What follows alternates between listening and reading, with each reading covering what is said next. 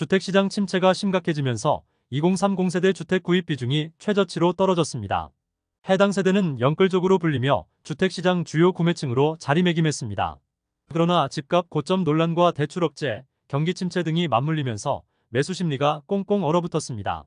한국부동산원 자료 등에서 지난 10월 전국 아파트 거래량이 총 35,454건으로 집계됐으며 20대 이하와 30대 매입자 비중이 전체 거래 대비 29.4%를 기록했습니다.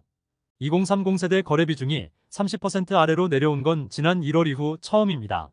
지역별로는 서울이 36%로 지난 6월 이후 가장 낮은 수준을 기록했고, 경기도는 32%로 작년 8월 이후 14개월 만에 최저치로 나타났습니다.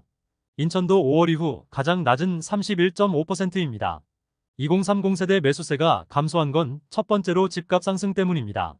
지난해 말 급락 이후 올해 들어 매매 가격 지수가 매달 올랐습니다. 심각한 가계부채로 강화된 주택담보대출도 영향을 미쳤습니다. 정부는 지난 9월 말부터 6억 초과 주택에 적용하는 특례보금자리론 일반형 대출을 중단했습니다. 해당 상품은 연 4%대 금리로 최대 5억 원까지 대출이 가능하면서 큰 인기를 얻었습니다.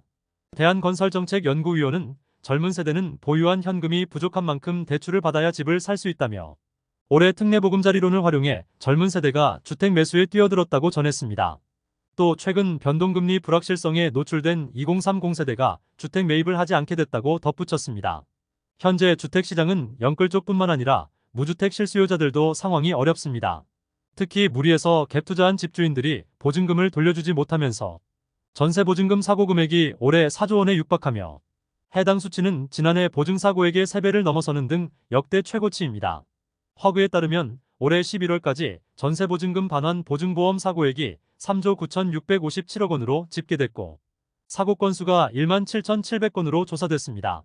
이런 추세가 이어지면 올해 연간 사고 금액이 4조 원을 넘어서며 작년 사고액 1조 1,726억 원에 4배 가까이 불어날 수 있습니다. 전세보증금 사고가 증가하면 세입자들은 전재산이나 다름없는 보증금을 날릴 수 있고 채무를 감당하지 못한 집들이 경매시장에 쏟아질 가능성이 높습니다. 지금까지 잼스톤TV였습니다. 오늘 영상 도움되셨으면 구독과 좋아요 부탁드립니다. 시청해주셔서 감사합니다.